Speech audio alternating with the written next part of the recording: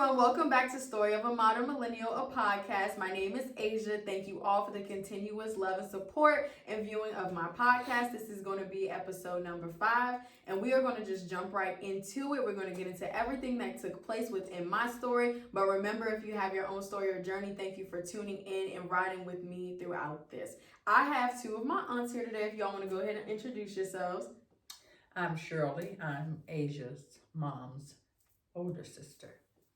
And I am Darlene. I am her dad, Michael's big sister. Yeah, I am his big sister. Even though, yeah. So today I have both of my beautiful aunts here, and we will just be going into their part within my own journey and then touching a little bit on some of their journeys as themselves and what they pretty much felt about everything as everything unraveled and unfolded while I was in Atlanta. And if you all have not watched any of my previous episodes, go ahead, tune in, start at the prelude, watch it all the way through. The story is continuous. The story is never ending. And for all of you that are here, we are so very glad and grateful that you have chosen to bring your own personal stories with you as well. So let's go ahead and get right into it. But make sure you like, comment, and subscribe. Turn your post notifications on and make sure you all continue to watch. Okay, so let's get right into it. Aunties, thank you so very much for joining me today. I really appreciate it. You all, I love these lovely women right here. It's not a flaws, it's not a front. This is the truth. So I'm going to start by asking them, what were some of the thoughts, or let's say views you had of me as I was growing up? Like when you thought Asia, what did you think? For me, really and truthfully, you're like my second daughter, because you realize, first off, it's my baby sister that's your mom. So that close relationship, you're just like my second daughter. I mean, I took care of you from the beginning, until you went to school. So you're just like my other daughter. So, and it's always been that way. And I always said, anybody bother Asia, let me know.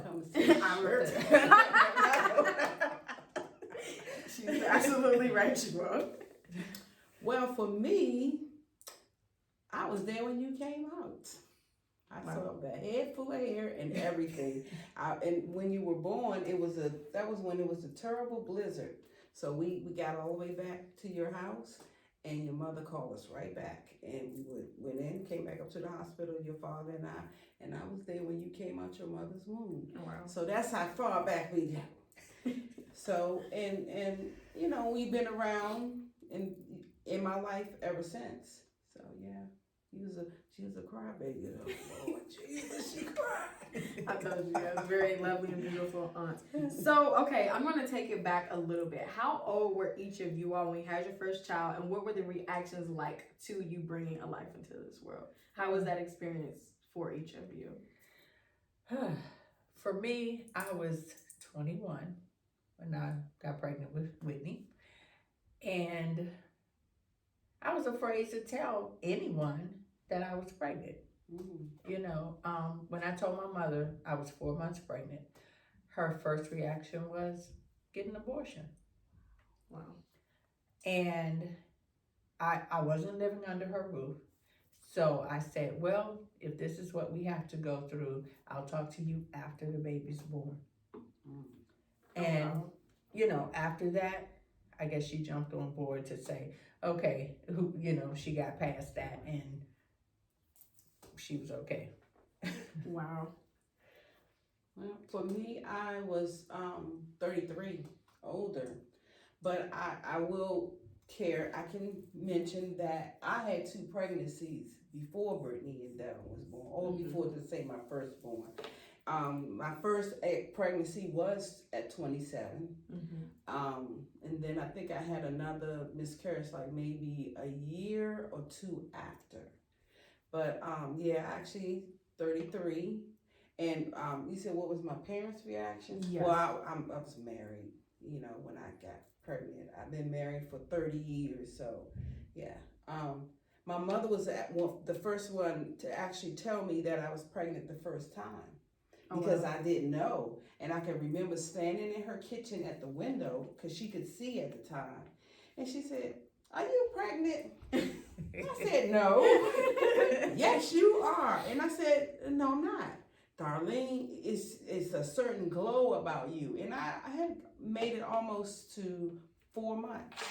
Yeah. Wow. I felt the baby move. Actually, it was 4 months. Yeah. Oh, wow. So yeah, I lost that baby, but the second miscarriage wasn't as bad. So it's like early in, and so yeah. Wow. Yep. Thank you, aunties. So they're about to get the tears coming already. Because it's just, you share these relationships and these bonds with the people in your family, and then when something like this comes about, you don't really know everyone else's story until, they say everyone doesn't really share their story with you until you're going through something in which they find the time and place necessary to start to share these things with you, and you start to see how it unravels into why they care for you in which the ways they do, why they love on you in which the ways you do, and it all starts to kind of click and make sense. And very ironic that my own aunt right here said pretty much the same story of what you all saw me and my own mother in a way experience. That was her initial reaction. So like I said, my reasons of doing is because you just see stuff getting passed down generationally. And it's like, we don't realize that it becomes the reasons why we are tied or bonded so closely or why we are not. And these are things that should be talked about. They're things that should be brought on the forefront to the table for us to realize, one, you're not alone. You have family members who have experienced these same things that you may be going through, but just they're them and you're you. But it makes it all the more special when you do go through these experiences to see that there are people who have gone through these uncharted territories that you think you're the first one to, but you're really not. So just keep that in mind, you all, and remember that, especially your aunts, they are women, they are living in their light, and they have things that they can guide you with. Don't be afraid to talk to them, because we're going to get there to that part on my end, but you feel like, I've tarnished, everything that everybody thought about me, so I'm just going to go in a hole and not tell anybody, and when they ask, like, how you doing, you're going to say, I'm okay, and then go from there, but you have so much more you want to say. And not knowing that some of these stories could really help you through what you're experiencing at the time. So, aunties, I really appreciate you all for sharing that, because I know that that's something that's near and dear to you, especially as women. And like I said on one of my other episodes, as females, guys, some stuff we just take to the, we just take it with us. So I really appreciate you all for that. Okay, so now my next question is going to be, how did each of you all find out that I was pregnant? Okay, you want me to take that one? Yeah. I was on my way home from work, and your mom called me, and I drove into my driveway, and she said she was crying. And I'm like, what's going on? And she couldn't get it out. And she says, Asia. And I said, what's going on with Asia? Darlene, you're not going to believe this. And I said, what? Asia pregnant. And I was like, what? By who? I backed the car up and went all the way back the way I just came. Because I was in disbelief. Because by who? Because when Asia would come home, because me and her always had that connection, just like you guys. I'm the auntie you can talk to, and I'm sure you are too. Yeah, they hold no judgment at all. Because I'm like, okay, I know why you down there. I know it's some fine guys down there. Oh, I don't mess with nobody, auntie. So I'm thinking, well, by who? What is this, Jesus? Another Mary Jesus. And then she says, her mom says, the kicker is she's 6 months pregnant. And I was like, wow. No, we talked. I can't say I felt a certain kind of way. I was surprised. Mm-hmm. Said anything, I was shocked. Mm-hmm. Because it's still, by whom? I never seen you with anybody. We never talked about anybody. So, yeah, that's how I found out. Okay. Yeah. Thank you, Auntie. You're welcome. Auntie. Okay, for me, yes. Your mom called me on the phone. Same thing. She was crying. She wasn't crying at first. She was like, I have to tell you something. Then the tears started. And I'm like, okay, what? What's going on? And as she was saying, Asia's pregnant, she was crying, really crying. And I'm like, again, surprised. Like, huh? really? What? Right. And, she was like, yeah, she's pregnant. And then, she went to the fact that, you were 6 months pregnant and they didn't know. And I mean, she was devastated. So Michael and I got in the car and we came over here because it's like, I told him, I said, well, I said to Z on the phone, I said, well, she's grown. She did tell me you said that. And I said, just, pull it together. I said, because you're sounding like, like she's dying. She was devastated. It could be, I was just trying to let her understand that it could be a much worse situation. Like, she could be dying. What? She's having a baby. Right. I mean, come on. There's so many things going on in the world. I said, let's just look at the brighter side of this. Anyway, we got some liquor and all that and came on over here. Right. See, that was good. We sat around and talked and, had a few drinks and everything. And like I said, for me, I mean, again, I was 21 when I got pregnant. I thought I was a pretty good mom. Okay. Right. And not to mention when I got pregnant at 21, I was not married. 6 months after that baby coming into the world, Whitney's dad died. Okay. So, a lot of things went on. But I think I turned out to be a pretty good mom, to have a baby at 21. And knowing Asia, being pregnant, the person that she is, I think she's a wonderful mom. I never thought it would be any different than that. So for me, no, I didn't look at you any other way. I was shocked. I was shocked. But I did say this needed to happen. I said that it needed to happen. And that's because, again, so many times we think that we can mold our children into what we want them to be or live our dreams through them. We have to understand that our children are human beings. Absolutely. And their path is not always going to be what we want it to be. And we can't lay the path for them. Right. And they have to live without feeling like they're being judged. So. Yeah, and I think in second conversation, because with your mom, it wasn't. She told me this. We got off the phone, and then it was the group call with Grandma and me, and then by then I'm like, okay, she pregnant.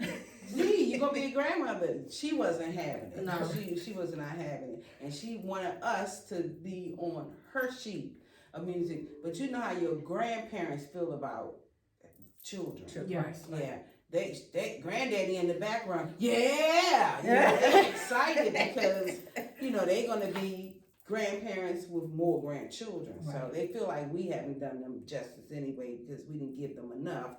I'm talking about my siblings. y'all didn't give us enough kids. But yeah, your grandmother never saw it but a blessing from day one.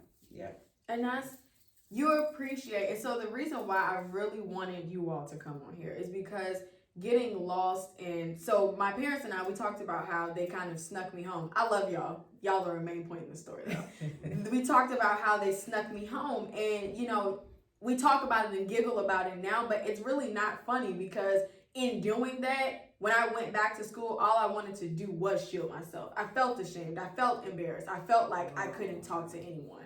I felt like you said, aunts and uncles, that's off limits because their bond or their loyalty is to their brothers and sisters. And so in realizing now I'm like, that is so stupid. You can have talked to them. There's so many nights where, you were crying or you felt like you needed someone to talk to, or you just had questions about and I parenthood. Asked you that. And when I called you, I FaceTimed you and you was down and I said, you need to go ahead and stop hiding. Let me see the baby bump. Why you I would have thought you would have called me. I did. I swore that relationship was, you would call me and told me, but not to say our relationship isn't that way based on what you just said. You felt as though you couldn't for your reasons. Right. Yeah, because your relationship with her is very close.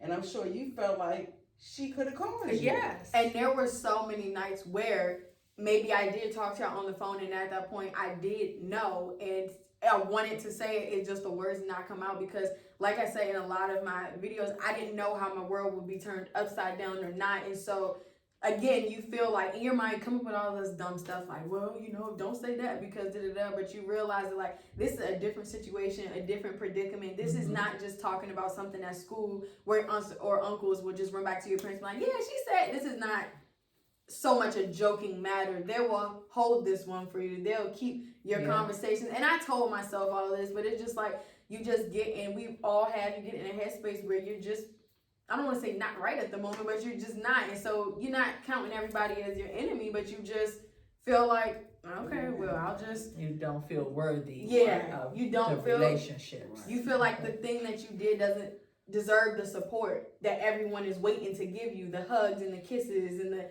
You don't feel like you're necessarily worthy of it. So that was my reasoning behind it. But I always wanted to, like, cousins would call me and I'm just sitting there like, I know I could text these fools in a group message and just tell them, and they would be like, well, what are we gonna do? And ready to help. I know I could call my aunts and be like, y'all, like, I know, please don't. And I know that they would be shocked, but then it's like, dang, like, I wish I would have just said so. But that's a whole nother story. Well, we're in that story, but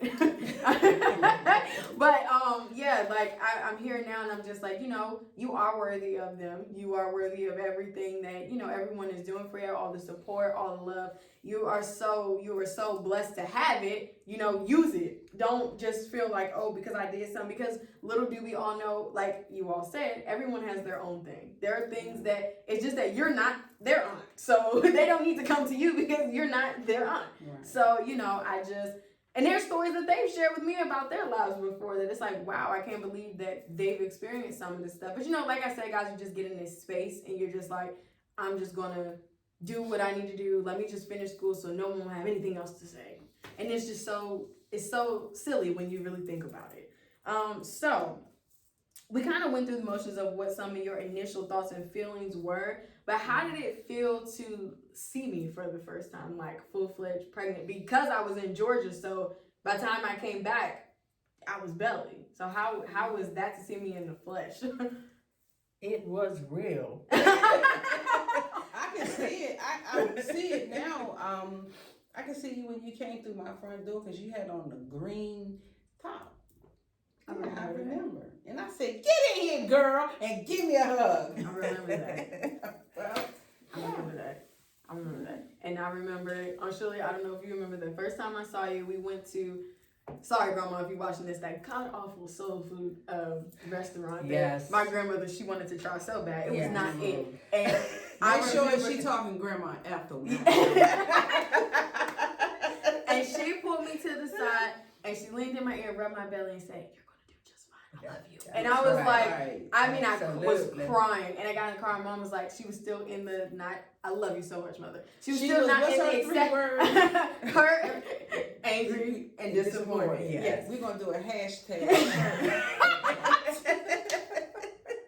And I got in that front seat, and then she was like, what are you crying for? And I just felt like I was just like, nothing.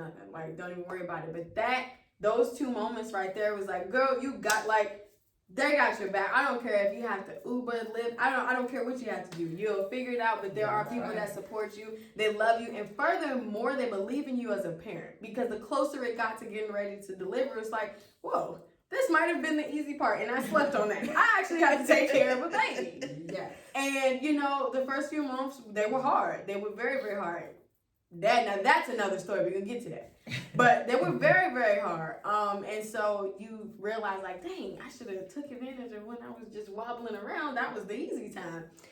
So that was interesting for me to see them. But it was nothing but love and support. And I really needed that. Those hugs, those kisses, like, they meant all the world to me. So, guys, if you have a niece or even a nephew, because this space is not just for young mothers who are going to be, the guys, they actually, I believe, push off more than we do. Because, as the mom, you go into the motions, you feel the baby kick. And this doesn't matter, I don't think what age, I'm just speaking from my point of view. But you feel the baby kick, your sole job is to protect the baby, eat right for the baby. I remember throwing out all my Hawaiian punch because my mom was like, you need to. She said, as soon as I was like, yeah, I'm keeping the baby. She comes to me and the first thing she said was, you need to get fruits and vegetables and drink more water. Good night. I was like, she cares. She cares. Oh my gosh, she cares. Right. So I was like, she cares about me. So I was like, yes, ma'am. So, you go through all of that. Granted, the guys, they're there, but they don't think about it. They're just like, yeah, I'm gonna have a son. Yeah. So, but us, we learn some of the motherly instincts before the baby comes. You feel the baby kick, you want to protect them. Even little things like not laying on your stomach. You can't do that. So you're giving up sacrifices and making sacrifices before the child comes. But dads, this space is not limited to you. Uncles, aunts, be there for them as well. Because I think sometimes that part right there, especially at a younger age, communicating is already kind of hard for us. I mean, communication is hard for everyone. But communication is already kind of hard. So just be there for them. Let them know that you care. Like I said, those little pieces of love language, they really, really helped me. And even though they were just a sentence or a hug, just a simple kiss on the cheek, they made all the more throughout my experience, and they made a difference. So the last part I wanted to ask you all is, were you all upset that you didn't hear it from me? Like, I know we kind of touched on that, but did you at some point feel like you understood why you didn't hear it from me? I didn't understand. I don't think you know. I did.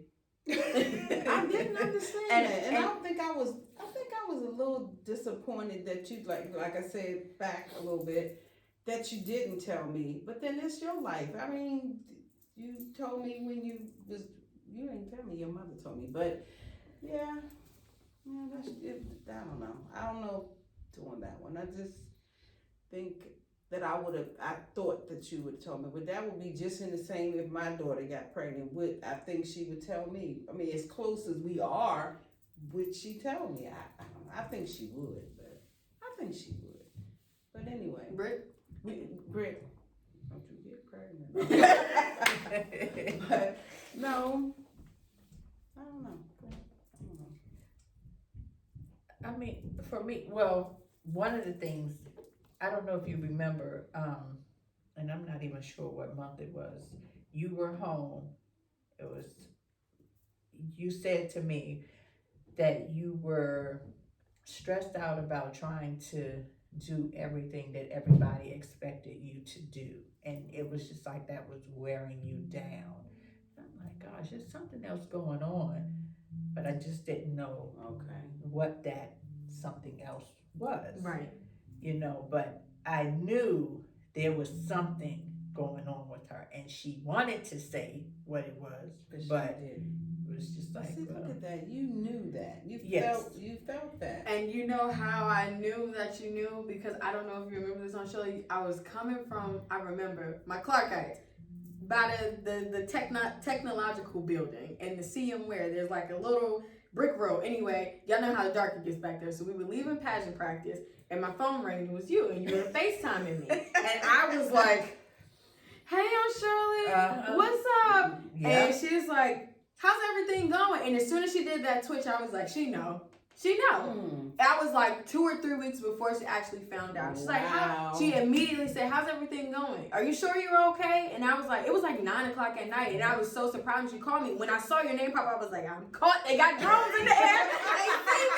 They see me down here swaddling. They hear me. Oh my God, I'm caught. Somebody done snitched on me. And I looked around, and you could ask my courses. They were like, Aisha, why are you looking like that? I was like, my aunt called me. Y'all, she know. They was like, just go ahead and tell your family. If you're blowing me, you're gonna grow. And I answered the phone. I was like, hey, Aunt Shirley. She's like, hey, everything okay? I said, yeah, why wouldn't it be? No, I'm looking down. I'm like, yeah, it's fine. It's fine. She's like, well, I want you to know that if something is going on, you can call me. And I was like, gave her the door, the opportunity. I was like, say something. Okay, that's fine. Thank you. Love you. And then I boop. I was like, bruh, whatever is around here, fine. I'm gonna find you, and I'm gonna stick it to you. But I knew at that moment that. But she left that door open when she left to go back to school. I knew, and I was like, okay, I don't know what's really going on with Asia, but something's going on.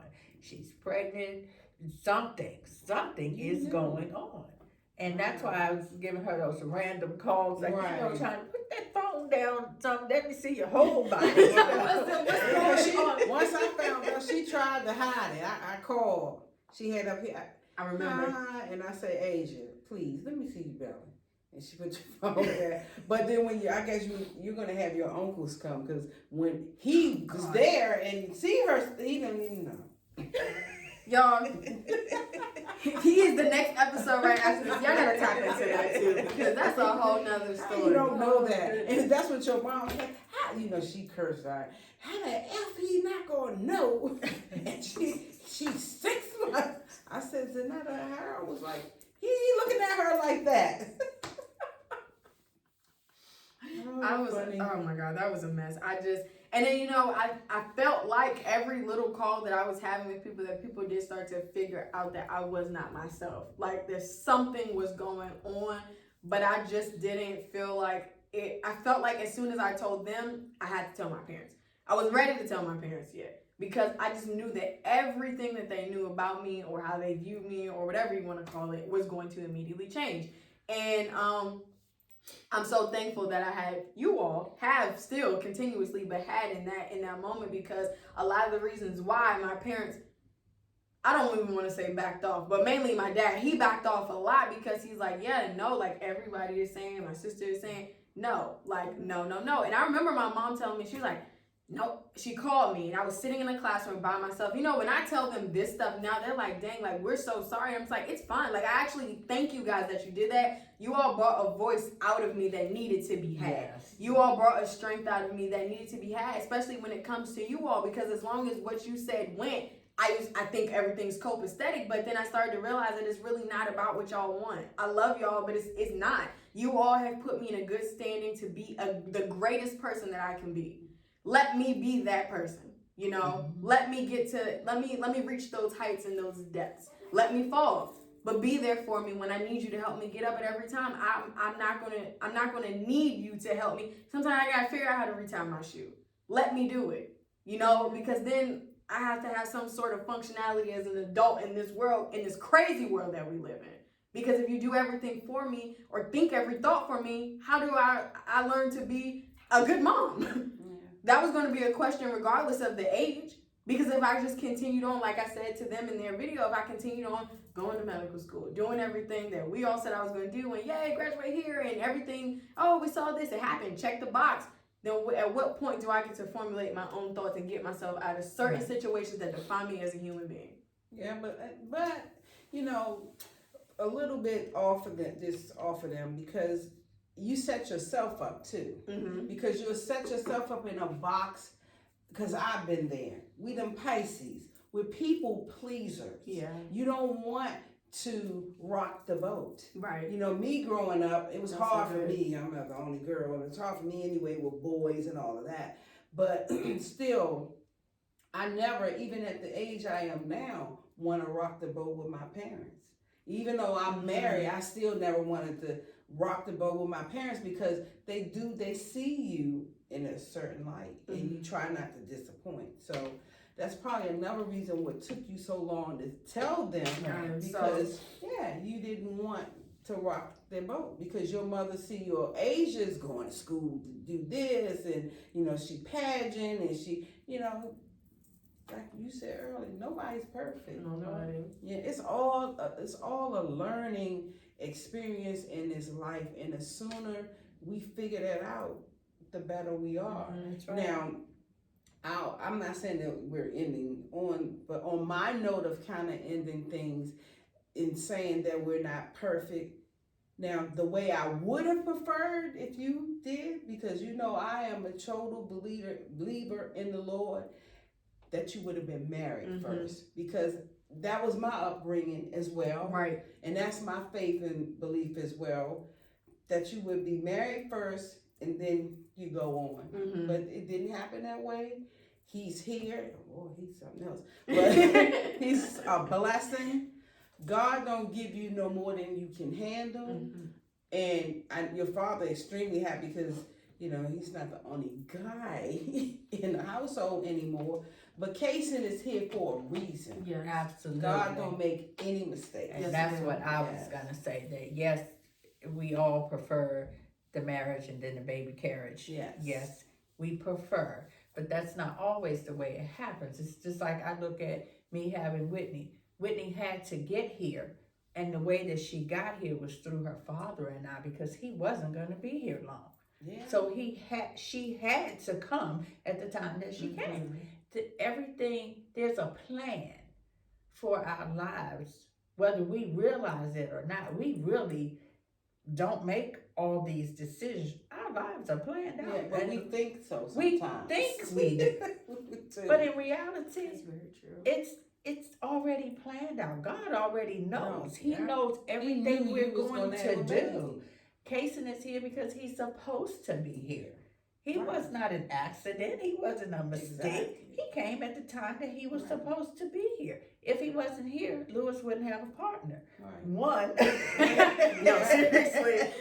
Yeah, But- and I knew like the two miscarriages I had, they weren't supposed to be here, but I believe I'm going to see them again. Right. So, yeah, I'm going to see them, but yeah, they weren't. It wasn't their time. You know, I did what I did to have my children, and they here. Sorry, Mom and Dad, I know this. Could your grandfather watch your podcast? He did. Yes, he does. I go over there and I take it and then I'm watching. God damn.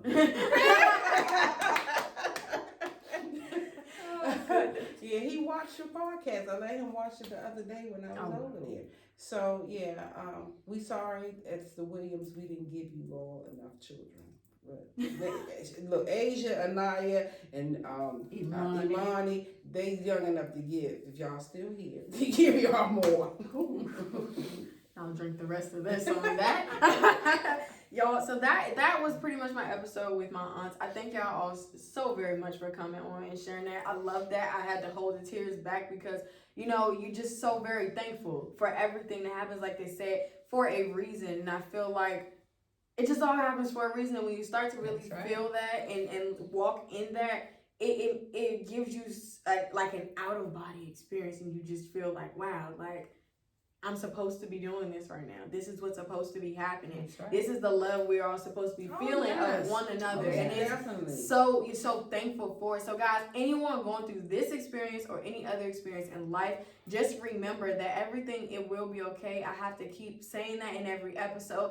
Everything is happening, like they said, the way that it's supposed to. I'm so thankful for you all. I love you both. Guys, we got another episode coming very, very shortly. Go ahead and watch this. Like, comment, subscribe. And soon we will be bringing other stories to you. And that's going to be so very, very exciting. So stick around with me. Like, comment, subscribe, and follow me on my Instagram. I'm going to drop my tag right here. And yeah, I'll see y'all soon. So